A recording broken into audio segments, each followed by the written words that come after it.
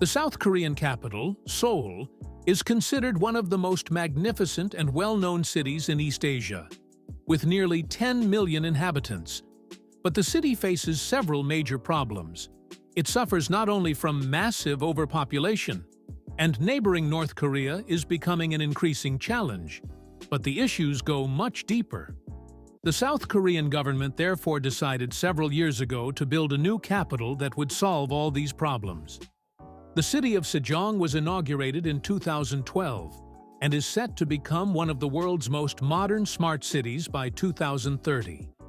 However, the new capital is already plagued by numerous issues, and some are already calling it a blemish that will never attract a significant population.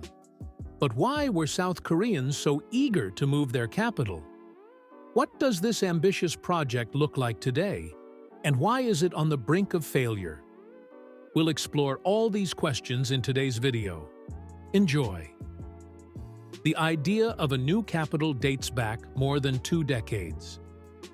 In 2003, South Korean President Roh Moo-hyun took office with the ambitious campaign promise of relocating the capital from Seoul to a much more southern province.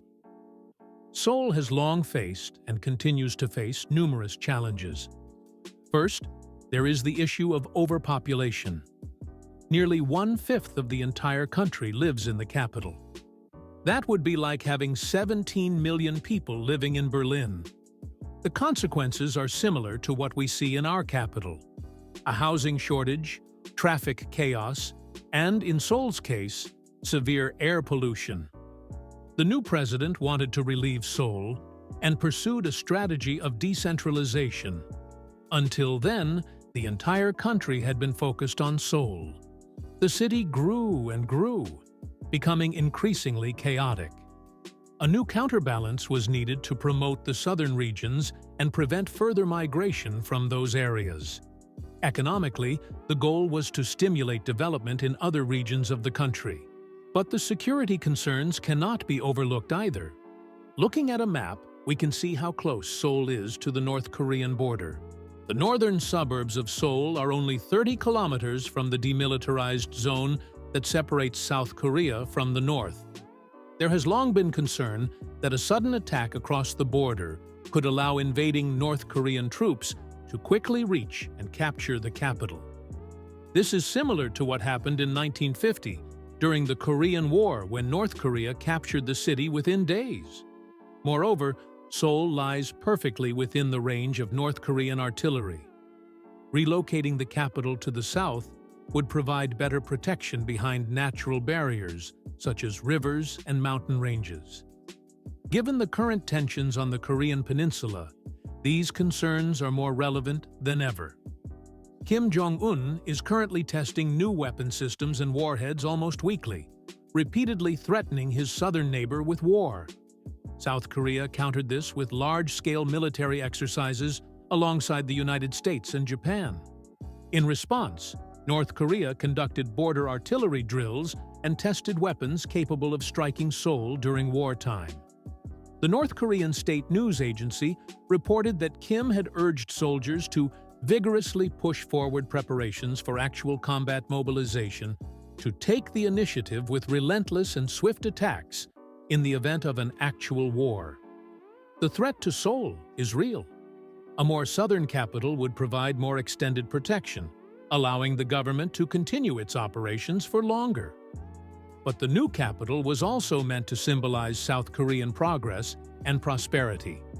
It was envisioned as one of the most modern cities in the world, serving as the country's cultural and political hub. But we'll come back to this point shortly. Let's first look at how far construction has progressed today. Initially, the project seemed doomed to fail due to constitutional obstacles. Roh Moo-hyun, following his election victory, immediately pushed for the Special New Capital Construction Act. However, the plans were met with skepticism, not just in Parliament, but also among the population. The law ended up before South Korea's Constitutional Court, which declared it unconstitutional, ruling that a referendum on constitutional amendments would be required to relocate the capital to another district. The government circumvented this by creating a special new administrative district, gradually moving ministries and national agencies from Seoul to this district.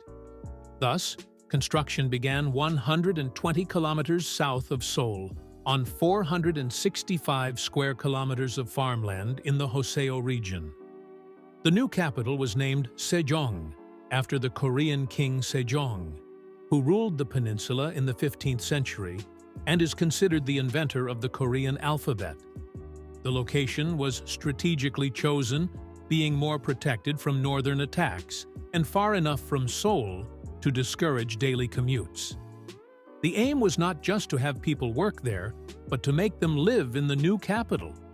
The city was officially established in 2012, and construction began on the 1st of July.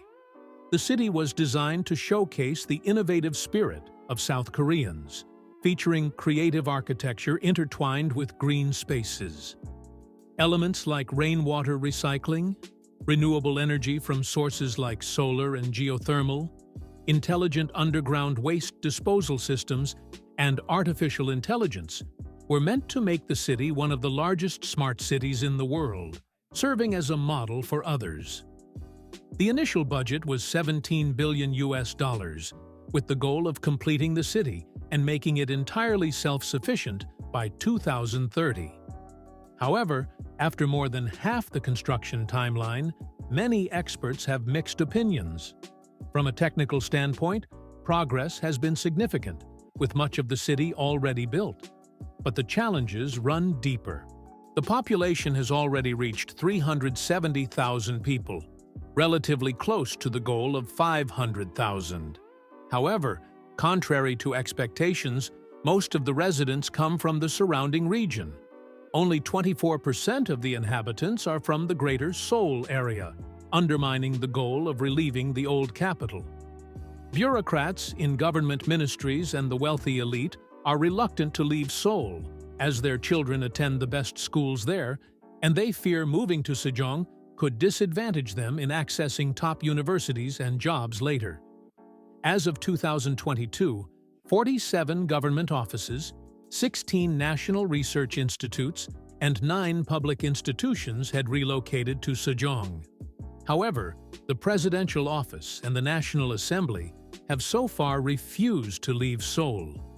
Additionally, 20 other key government organizations, such as the Ministries of Foreign Affairs, Defense, and Unification, remain in the old capital. The resistance is partly due to Seoul's historical and symbolic significance. Not only does the name Seoul literally mean capital, but its central location on the Korean peninsula also embodies the dream of becoming the capital of a reunified Korea. In some cases, government employees prefer to resign rather than relocate to Sejong, which many perceive as a cultural wasteland. A planned city without heart or soul, it lacks the museums, theaters, restaurants, and cultural attractions that Seoul offers. Many residents also criticize that the city is deliberately designed to be difficult to access, aiming to make people stay permanently instead of just commuting to work. Sejong faces challenges similar to other planned cities worldwide, such as Canberra in Australia, Brasilia in Brazil, or the numerous ghost cities in China. On paper, founding and building a new city may seem straightforward, but filling it with life and culture, making it a place where people want to settle permanently, requires much more effort. Of course, the city is not yet finished, and much will likely change before its completion in 2030. For example, efforts are underway to attract businesses and relocate educational institutions and satellite campuses of prestigious universities.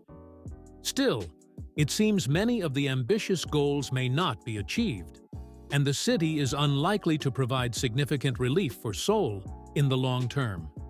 But I will keep following this project and report on future developments.